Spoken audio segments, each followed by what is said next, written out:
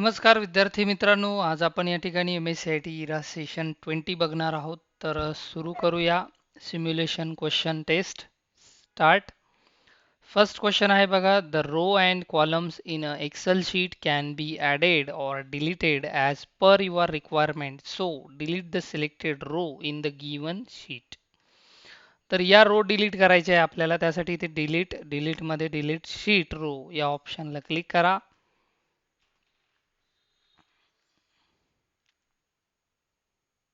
Next आहे PDF format maintains the formatting of the document even when you share it. Therefore, convert the given Excel sheet into PDF document. तर हे एक्सेलचं document आपल्याला PDF मध्ये convert करायचं आहे. त्यासाठी file टॅबला click करा. त्यानंतर एक्सपोर्ट या ऑप्शनला क्लिक करा. यानंतर क्रिएट PDF या ऑप्शनला क्लिक करा. त्यानंतर इथे पब्लिश वरती क्लिक करा.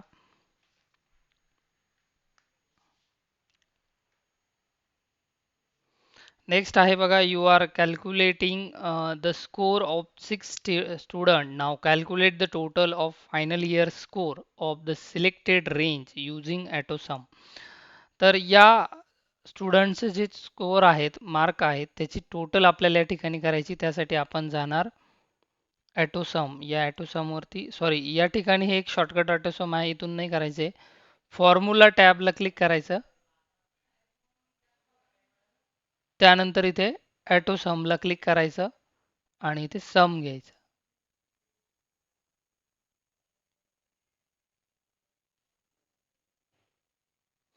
नेक्स्ट आहे use of save as make copy of working sheet and keep original sheet intact.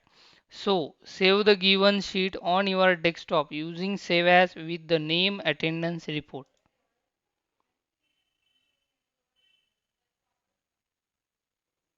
Document save करायचे त्यासाठी फाईल टॅबला इथे क्लिक करा अँड सेव्ह ॲज ऑप्शनला क्लिक करा. त्यानंतर इथे डेस्कटॉपला क्लिक करा. फाईल नेममध्ये क्लिक करा आणि इथे करा सेव्ह.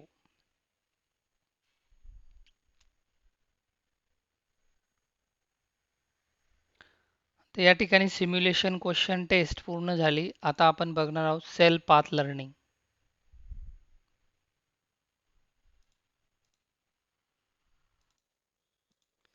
आता आपण बघूया सेल पाथ लर्निंग. स्टार्ट करूया. फर्स्ट क्वेश्चन आहे यामध्ये, how do you apply a sum function to a range in Excel. त्याचा आन्सर आहे third. Select the cell where you want to result type sum number 1 and number 2. Next question आहे बघा, what is the primary purpose of the concat function in Microsoft Excel. Correct answer आहे याचा second, to combine text several range of strings.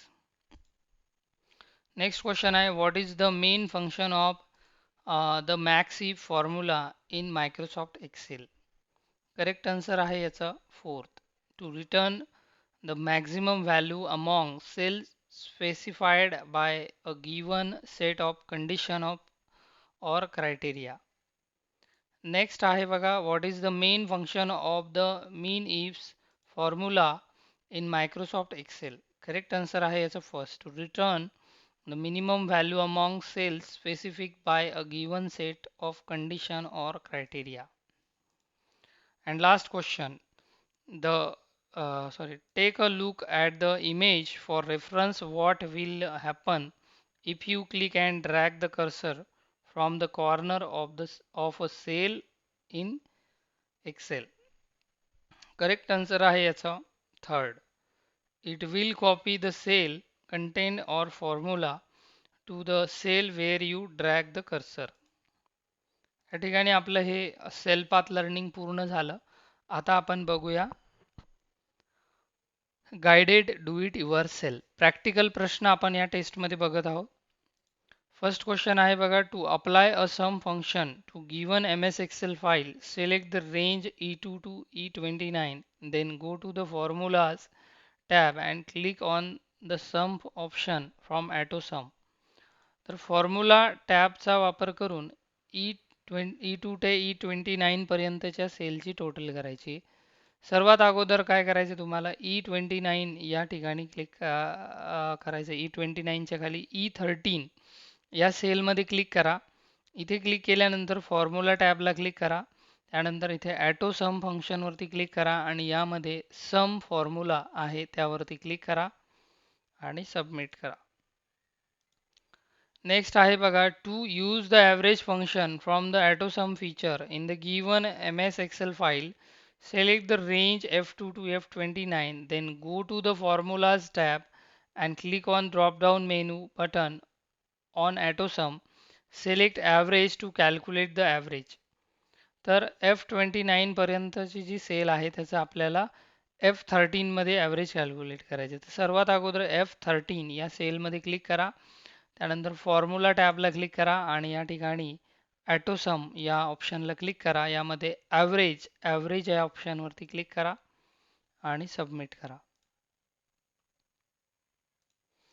पुढे to combine text from multiple cell in Excel, cell D5, navigate the Formula tab, text, select concat and text 1 box, select cell B5 and text 2, select cell C5, finally click OK. तर concat या फॉर्म्युल्याचा वापर करून आपल्याला दोन सेलमधले text एका सेलमध्ये combine करायचे. म्हणजे या ठिकाणी अमर शिंदे आहे बघा, हे दोन सेलमध्ये आहे. तर आपल्याला या सेलमध्ये काय करायचे, त्यांना एकत्र करायचं म्हणजे एका सेलमध्ये आणायचं. तर इथे या सेलमध्ये क्लिक करा D5 सेलमध्ये. त्याच्यानंतर इथे फॉर्म्युला टॅबला क्लिक करा. त्यामध्ये टेक्स्ट फॉर्म्युला आहे, टेक्स्टमध्ये यायचे. यामध्ये कॉनकॅट नावाचा एक फॉर्म्युला आहे त्यावरती क्लिक करा. आता नीट समजून घ्या, हा फॉर्म्युला आल्यानंतर काय करायचंय, टेक्स्ट 1 मध्ये क्लिक करायचं.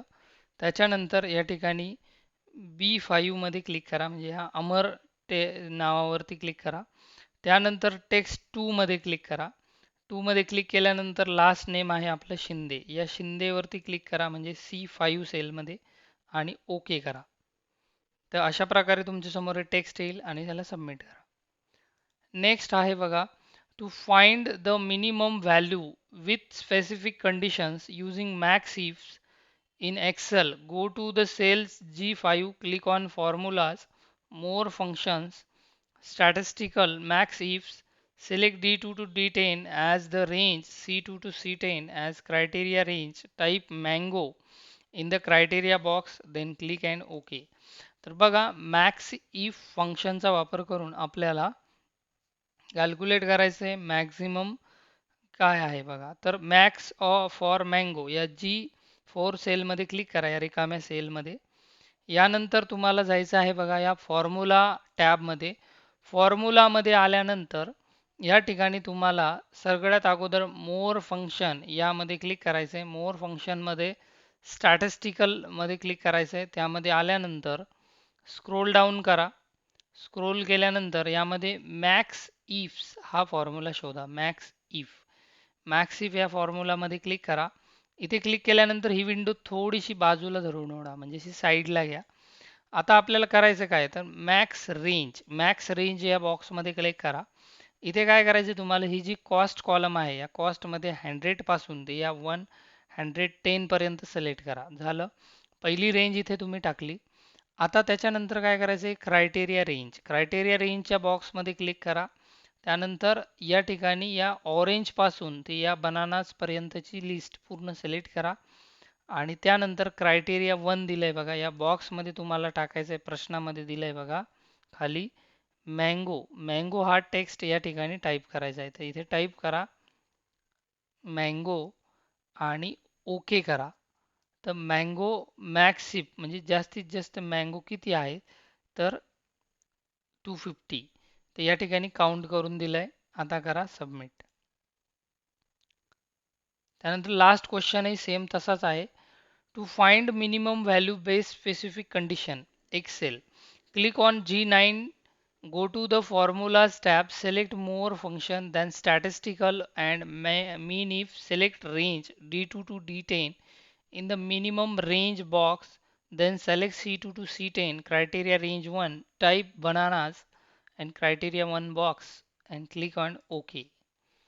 सेम पहिल्यासारखाच प्रश्न आहे, फक्त मॅक्स इफ ऐवजी मीन इफ वापरायचा आहे.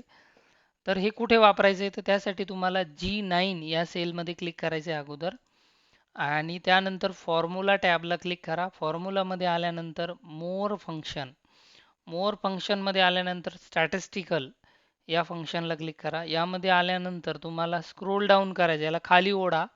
खाली घेतल्यानंतर तुम्हाला इथे भेटेल मीन इफ हा फॉर्म्युला भेटेल, त्यावर क्लिक करा. याच्यानंतर ही जी विंडो येईल हिला साईडला ड्रॅग करा. आता मिनिमम रेंज इथं दिलेले आहे बघा, मिनी रेंज वरती क्लिक करायचं आहे आणि यामध्ये तुम्हाला ही कॉस्ट सिलेक्ट करायची. म्हणजे हे सगळे नंबर इथे सिलेक्ट करा. त्यानंतर क्रायटेरिया रेंज 1 मध्ये क्लिक करा. यानंतर प्रोडक्टमध्ये जी लिस्ट आहे ही सगळी लिस्ट सिलेक्ट करा आणि नंतर क्रायटेरियामध्ये क्लिक करा. आता तुम्हाला कशाचं मिनिमम कॅल्क्युलेशन करायचं आहे तर बनाना यामध्ये प्रश्नामध्ये दिलंय बघा बनाना. तर या बनानाचा आपल्याला मीन इफ कॅल्क्युलेट करायचं आहे. तर इथे टाईप करा बनाना आणि ओके करा. ओके केल्यानंतर सबमिट करा. आता हा प्रश्न आपल्याला इनकरेक्ट दाखवलाय. पुन्हा एकदा त्याच मेथडने आपण सॉल्व करणार. सर्वात अगोदर इथे क्लिक करा फॉर्म्युला मोर फंक्शन स्टॅटिस्टिकल यामध्ये मीन इफ घेतल्यानंतर मीन रेंज वरती क्लिक करा. कॉस्ट मध्ये ही रेंज सिलेक्ट करा. क्रायटेरिया रेंज मध्ये क्लिक करा. ऑरेंज सिलेक्ट करा. ऑरेंजची ही सगळी लिस्ट आणि क्रायटेरिया 1 मध्ये बनानास टाईप करा आणि बनानास टाईप केल्यानंतर ओके करा. ओके आल्यानंतर बाजूला क्लिक करा आणि सबमिट करा. कधी कधी क्वेश्चनच्या स्टेप प्रॉपरली रेकॉर्ड होत नाही, त्यामुळे रिट्राय दाखवलं जातं बरोबर करूनही. तर तशा केसमध्ये तो प्रश्न पुन्हा एकदा त्याच मेथडने सोडवायचा. तर या ठिकाणी आपलं डू इट युअर सेल्फ ही टेस्ट पूर्ण झाली. आता आपण काय करणार आहोत, पुढचं सेशन कंप्लीशन ही टेस्ट आपण या ठिकाणी सोडवणार आहोत. तर स्टार्ट करूया. फर्स्ट क्वेश्चन आहे बघा, teacher ask for solution to test Windows and Mac OS without two computers, what do you recommended.